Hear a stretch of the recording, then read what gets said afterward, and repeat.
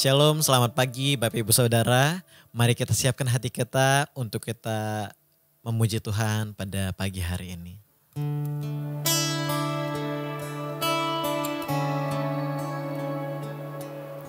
Dengan darah-Mu Kau tebus dosaku, dengan nyawa-Mu Kau tukar hidupku. Kini aku sepenuhnya milik-Mu, akulah anak-Mu. Yesus, Yesus, Yesus, ku berseru. Yesus, Yesus, ku panggil nama-Mu. Pengabdianku hanya padamu. Yesus, Yesus, Engkaulah Rajaku.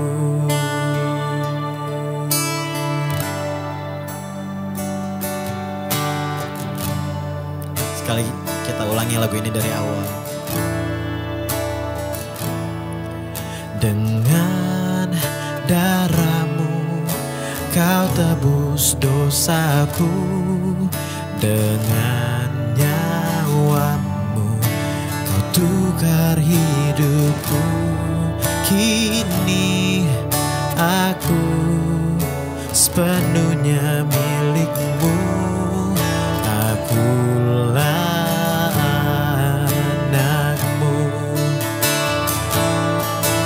Yesus, Yesus, Yesus, ku berseru. Yesus, Yesus, ku panggil nama-Mu.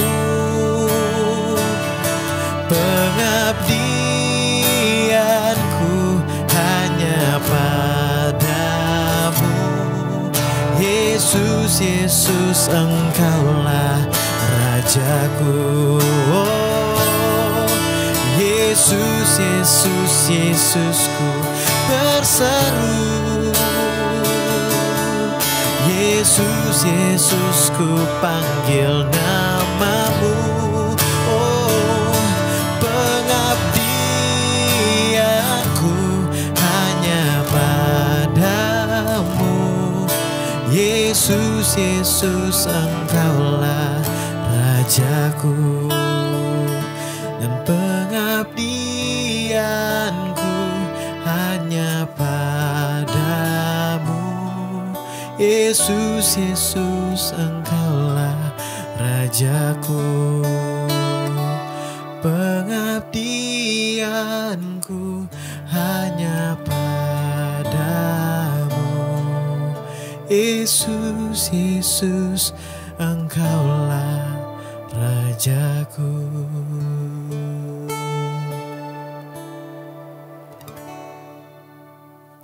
Amin. Mari kita siapkan hati kita untuk mendengarkan firman Tuhan. Renungan Pagi Gereja Oikos Online. Sebelum Anda melakukan aktivitas lebih lanjut,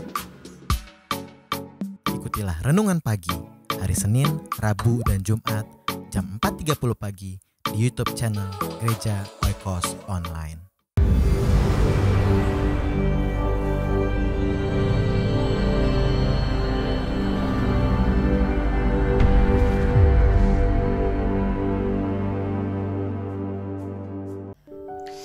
Shalom, selamat kita bertemu kembali dalam kasih Tuhan Yesus Kristus.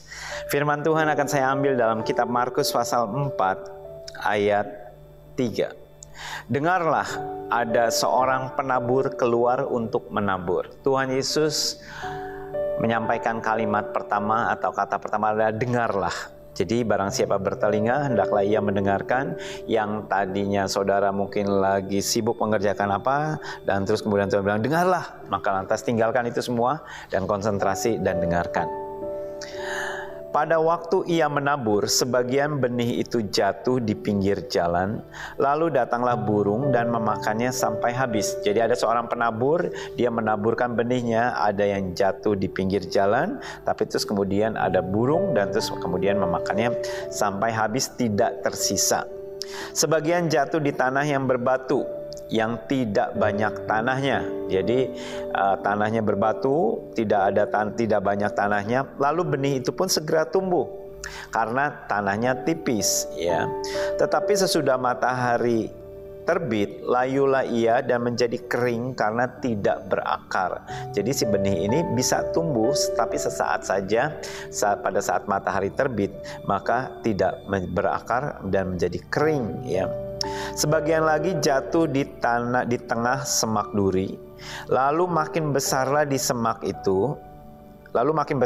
itu dan menghimpitnya sampai mati sehingga ia tidak berbuah. Yang posisi yang ketiga ini jauh lebih baik. Tadi yang pertama habis sama sekali dimakan oleh burung. Yang kedua jatuh di tanah yang berbatu, mungkin burungnya tidak sempat memakan, bisa tumbuh tapi karena tanahnya tipis maka berakarnya tidak dalam sehingga pada saat matahari terbit lantas kemudian menjadi layu. Yang ketiga ini di semak duri, mereka bisa tumbuh tetapi ada yang menghalangi, yaitu semak duri menghimpitnya sampai mati sehingga ia tidak berbuah. Sebagian jatuh di tanah yang baik, ia tumbuh dengan subur dan berbuah. Hasilnya ada yang 30 kali lipat, 60 kali lipat, dan juga ada yang 100 kali lipat. Nah, ayat 11 Tuhan Yesus berkata, kepadamu telah diberikan rahasia kerajaan Allah. Tetapi kepada orang luar segala sesuatu disampaikan dalam perumpamaan. Kepada saudara dan saya diberikan rahasia untuk kita mengenali, rahasia untuk membuka pintu kerajaan Allah, rahasia untuk membuka rahasia-rahasia kepada kita diberikan itu untuk kunci untuk membuka rahasia.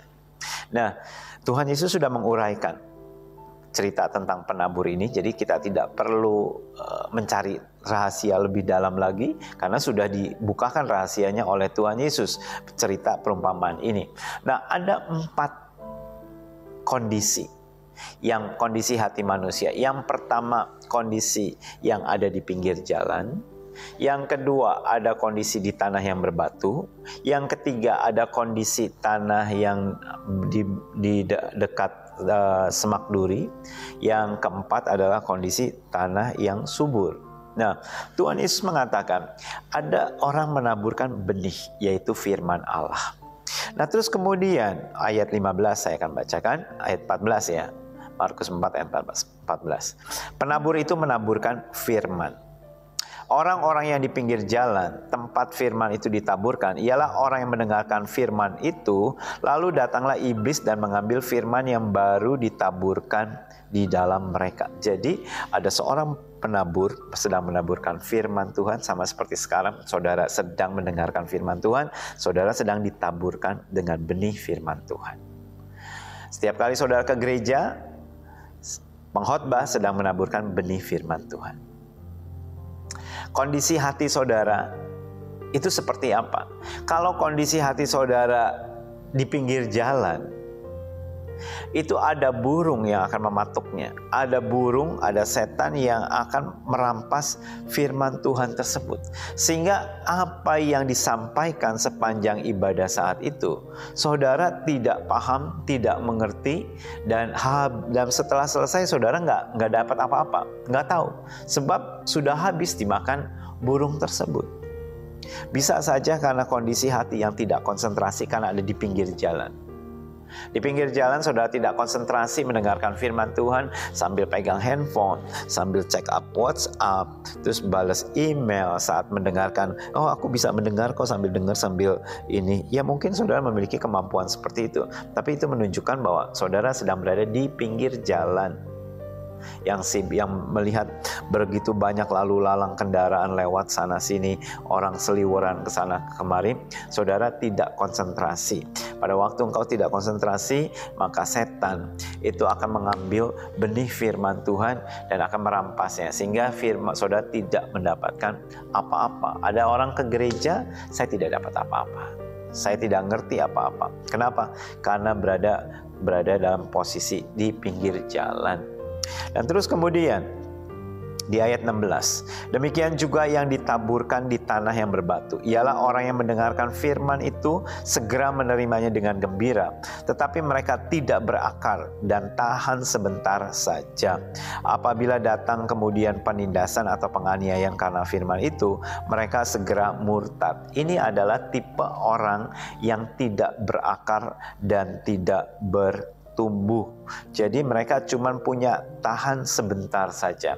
Mereka punya kesenangan sesaat saja. Dengan kata lain, wah, berapi-apinya cuma sesaat saja.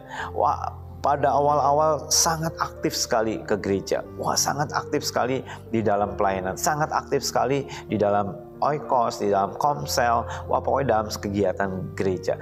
Tetapi itu hanya sebentar saja. Hanya sementara saja. Apabila datang penindasan atau penganiayaan, maka mereka segera meninggalkan. Apabila hidup mulai terasa susah, mulai merasa tertindas, lantas saudara merasa, kok ikut Tuhan seperti ini ya?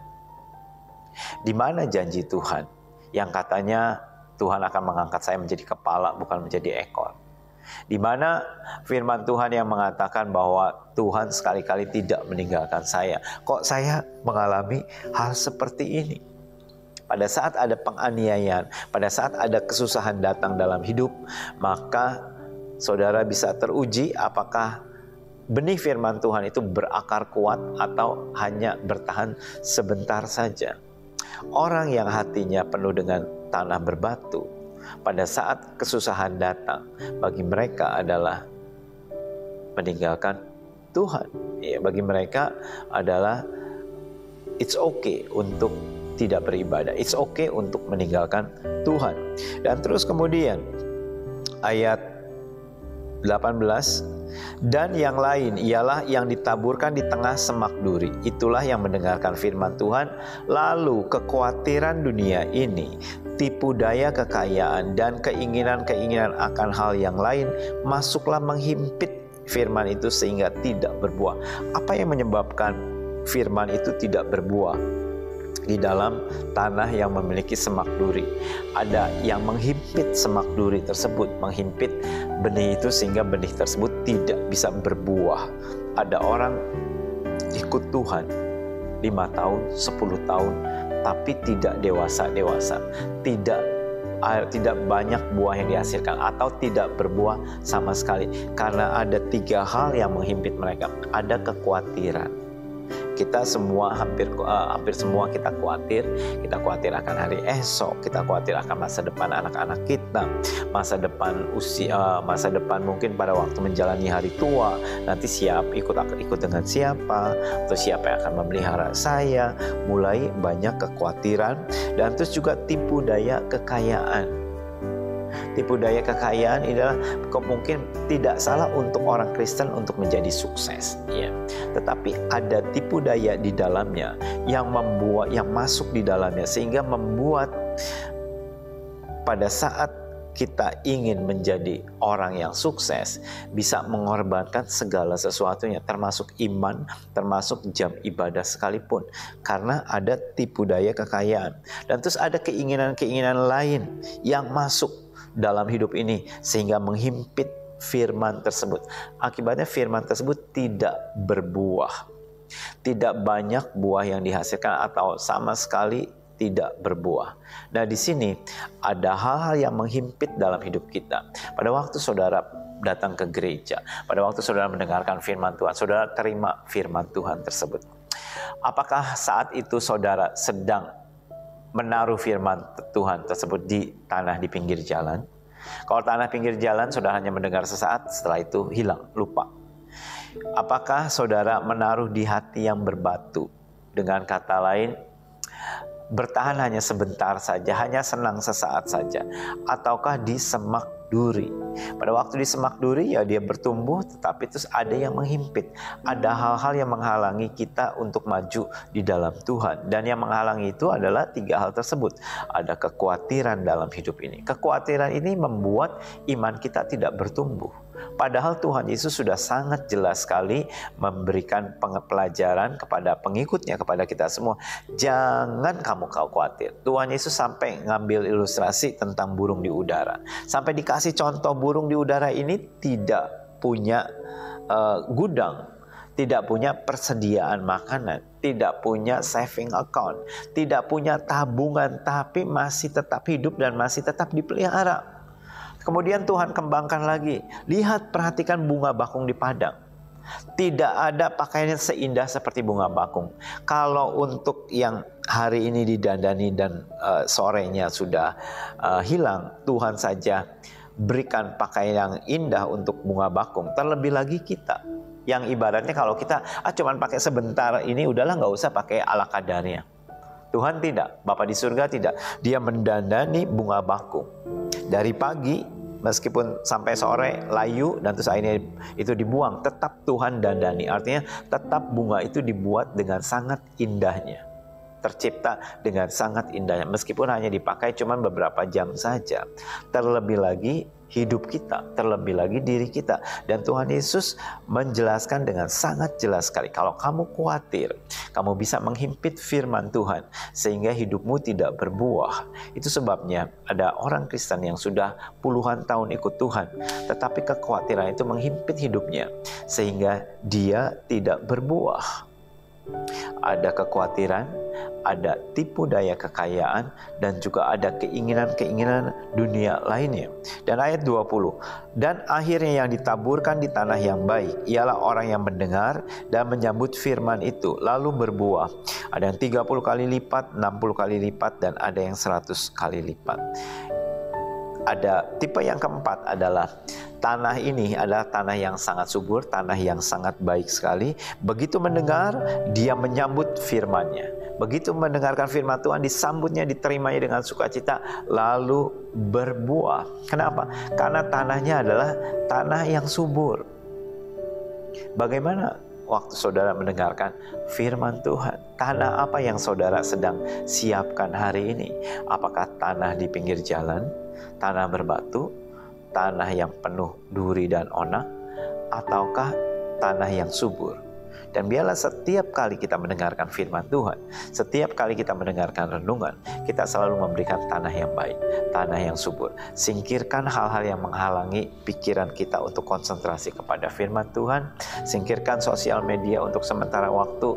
Saat saudara mendengarkan firman Tuhan, jangan buka handphone kecuali untuk baca Alkitab. Ya, kadang-kadang pada waktu saudara membaca Alkitab melalui handphone, terus iseng-iseng ngelihat WhatsApp, iseng-iseng saudara ngelihat Gmail atau ngelihat email saudara, atau baca yang lainnya, sosmed, mungkin Instagram, hanya untuk sebentar saja. Tetapi waktu sebentar tersebut setan pintar, sehingga sesuatu itu sangat menarik sekali, sehingga saudara nggak tahan untuk komentar. Saudara komentar, terus dikomentari lagi, akhirnya firman Tuhan kemana, sudah sampai mana saudara sibuk dengan sosial media saudara.